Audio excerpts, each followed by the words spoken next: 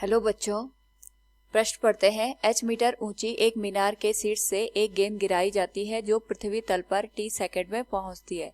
t/3 second में गेंद की स्थिति है। यहाँ पे हमारे पास 4 विकल्प दिए गए हैं। चारों में हमें पृथ्वी तल से ऊंचाई बतानी है। तो यहाँ पे सबसे पहले हम मुख्य अवधारणा का प्रयोग करेंगे और यहाँ पे हमारी मुख्य अवधारणा बनेगी गति के समीकरण। तो यहाँ पे हमारे पास जो वस्तु है वो सरल रेखा में गति कर रही है। इस स्थिति में हम यहाँ पे गति के समीकरणों का प्रयोग करेंगे। तो सबसे पहले अगर हम यहाँ पे प्रश्न के अनुसार चले तो हमारे पास h मीटर ऊंची एक मीनार दे रखी है इस तरीके से, और इस मीनार से हम यहाँ पे एक गेंद को गिरा रहे हैं। इस स्थिति में इसका जो प्रारंभिक वेग होगा ये 0 होगा और ये t समय के बाद यहाँ पे पृथ्वी पर पहुंच जाती है। यानी t समय में गेंद द्वारा तय की गई जो कुल दूरी है वो हमारे पास यहाँ पे h के बराबर है।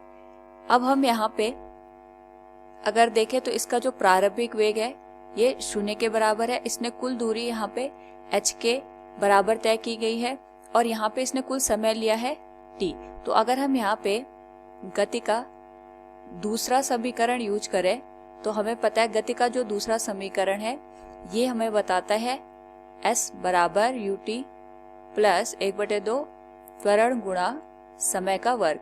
और अगर हम यहाँ इस स्थिति में लिखें तो s का जो मान है वो h के बराबर आएगा, बराबर प्रारंभिक वेग गुणा कुल समय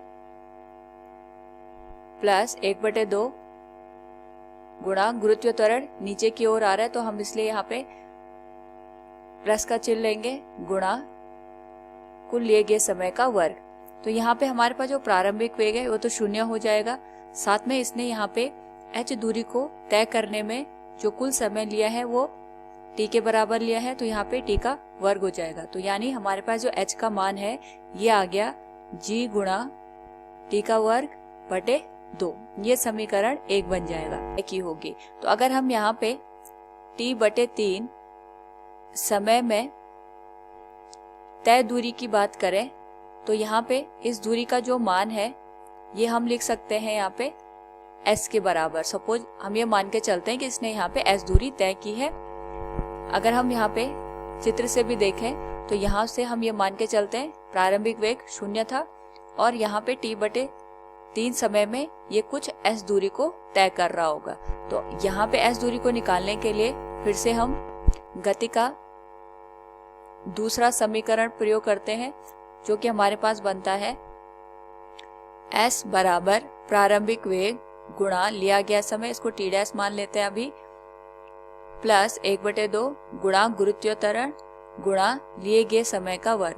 तो इसने कुल दूरी यहाँ पे हमने s मानी है। प्रारंभिक वेग इस स्थिति में भी 0 ही होगा, प्लस 1/2 गुरुत्वीय त्वरण गुणा लिया गया समय यहाँ पे हमारे पास t/3 है, इसका वर्ग हो जाएगा। तो जो s का मान आएगा ये होगा g गुणा t का वर्ग बटे 3 का वर्ग।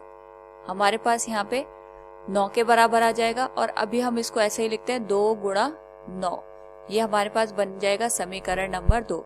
और अगर हम यहाँ पे समीकरण 2 को समीकरण 1 से विभाजित कर दें तो हमारे पास यहाँ पे जो ऊंचाई पृथ्वी तल से निकालनी है वो मिल जाएगी।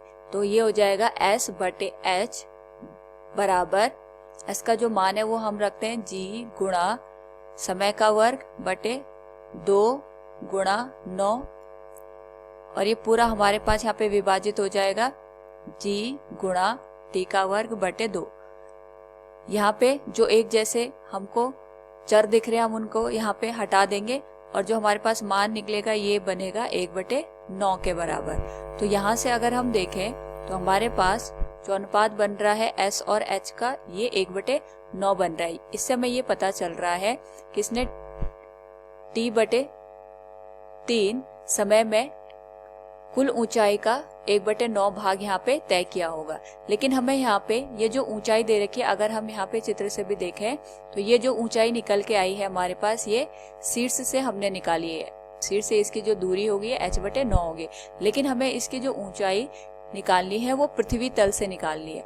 तो हमें पता है ये जो पूरी ऊंचाई है ये h के बराबर है और ये ऊंचाई हमारे पास h/9 के बराबर आ गई। तो जो बची हुई ऊंचाई होगी वही हमारे पास पृथ्वी तल से ऊंचाई हो जाएगी। तो हम यहाँ पे लिख सकते हैं पृथ्वी तल से ऊंचाई, और हमारे पास यहाँ पे जो पृथ्वी तल से ऊंचाई होगी इसको अब h' मान लेते हैं। ये हो जाएगा कुल ऊंचाई माइनस शीर्ष से ऊंचाई, वो हो जाएगी हमारे पास h/9 के बराबर। तो जो h' का मान है ये हो जाएगा, अगर हम यहाँ पे एलसीएम लेते हैं तो 9h माइनस h, तो ये हो जाएगा 8h/9 के बराबर। यानी कुल ऊंचाई का 8/9वें भाग पे हमारे पास जो वस्तु है या गेंद है वो स्थित होगी। तो अगर हम दिए प्रश्न से देखें तो t/3 सेकंड पर गेंद की स्थिति होगी, ये होगी पृथ्वी तल से 8h/9 मीटर की ऊंचाई पर। हमारे पास विकल्प सी सही हो जाएगा। उम्मीद है आपको समझ में आया होगा। धन्यवाद।